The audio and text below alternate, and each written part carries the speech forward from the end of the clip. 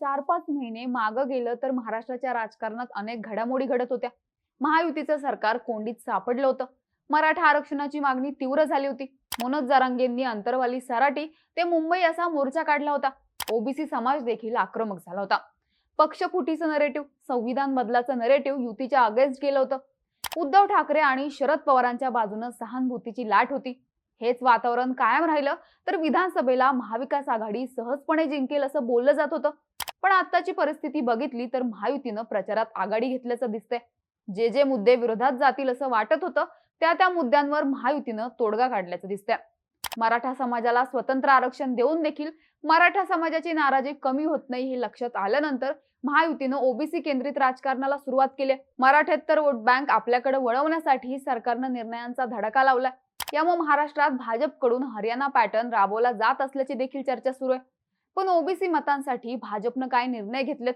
या निर्णयांमुळे खरंच महायुतीचा विजयाचा मार्ग सोपा होतो का?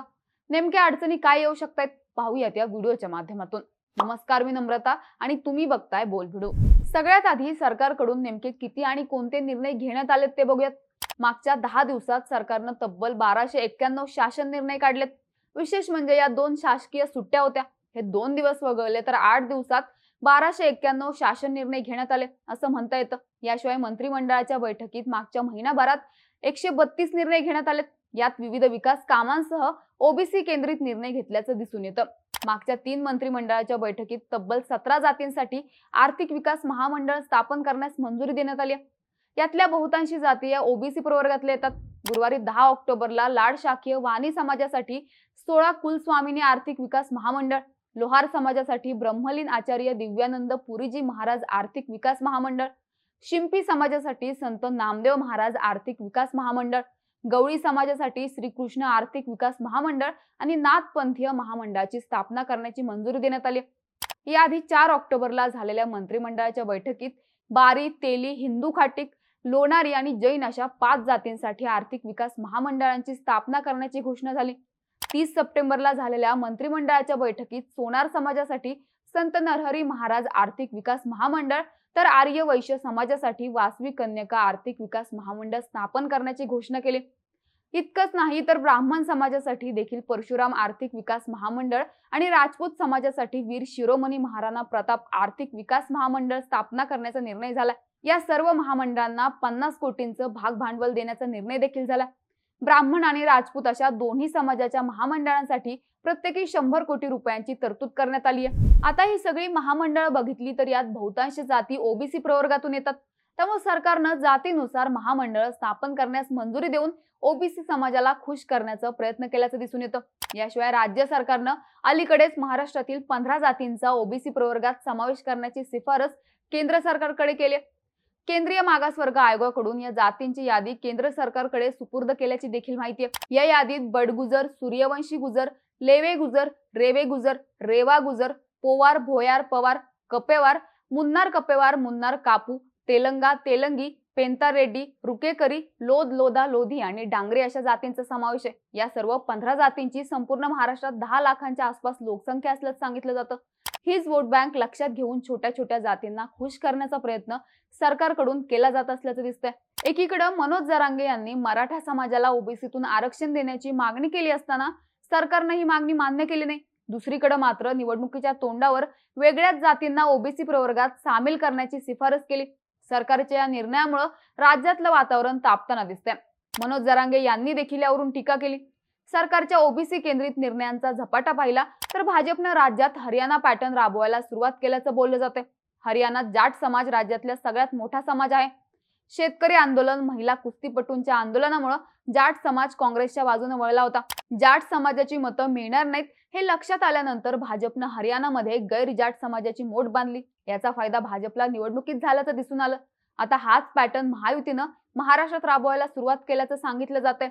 यातून सरकारनं लोकसभेला झालेलं डॅमेज कंट्रोल करून विधानसभेच्या विजयाचा मार्ग सोपा केल्याची चर्चा आहे. पण महायुतीच्या विजयाचा मार्ग खरंच सोपा झालाय का? तर याचं उत्तर थेटपणे देता येत नाही. याचं पहिलं कारण म्हणजे हे निर्णय काही प्रमाणात युतीवर बुमरँग होण्याची शक्यता आहे. विरोधकांनी या निर्णयांवरून महायुतीला घेरायला सुरुवात केली. ऐन निवडणुकीच्या तोंडावर हे निर्णय घेतल्यानं सरकारनं केवळ ओबीसी मतांसाठी ही गोळाबेरीज करत असल्याची टीका केली जाते. ओबीसी क्रिमी मर्यादा 8 लाखांवरून 15 लाखांपर्यंत वाढवण्याच्या निर्णयावरून विजय वडेट्टीवार यांनी टीकास्त्र सोडले. क्रिमी मर्यादा 15 लाख करणं ही निव्वळ धूळपेक आहे. आतापर्यंत सरकारची बुद्धी भ्रष्ट झाली होती का? आतापर्यंत निर्णय का झाला नाही? ओबीसींची मतं मिळवण्यासाठी हे निर्णय घेतले जात आहेत. ही फक्त राज्य सरकारची शिफारस आहे.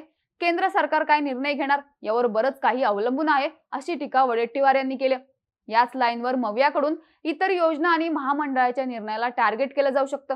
सरकारनं विविध निर्णय घेतले असले तरी प्रत्यक्षात अंमलबजावणी होणार नाही. केवळ ओबीसी मतांसाठी सरकारने हे निर्णय घेतले, अशा प्रकारचं नरेटिव्ह मवियाकडून मांडले जाऊ शकते, ज्याचा फटका काही प्रमाणात युतीला बसेल.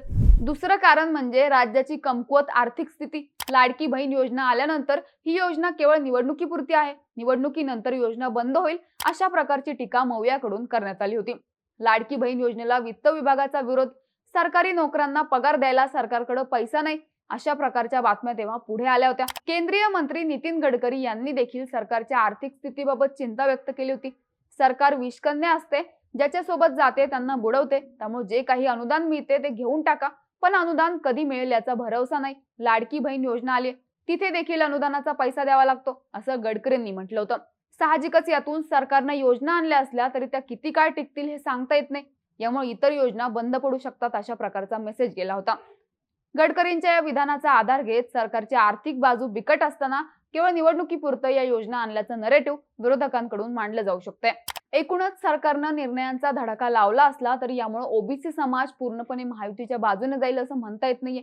ठराविक पॉकेट्समध्ये नक्कीच याचा फायदा होऊ शकतो. मात्र हे निर्णय केवळ मतांची गोळाबेरीज करण्यासाठीच आणल्याचा मेसेज देखील लोकांमध्ये जाऊ शकतो. सरकारच्या या निर्णयांबद्दल तुम्हाला काय वाटतं? ओबीसी केंद्रित निर्णयांचा महायुतीला फायदा होईल का? तुमच्या प्रतिक्रिया कमेंट करून नक्की सांगा आणि अशाच माहितीपूर्ण व्हिडिओसाठी बोल भिडूला नक्की सबस्क्राईब करा.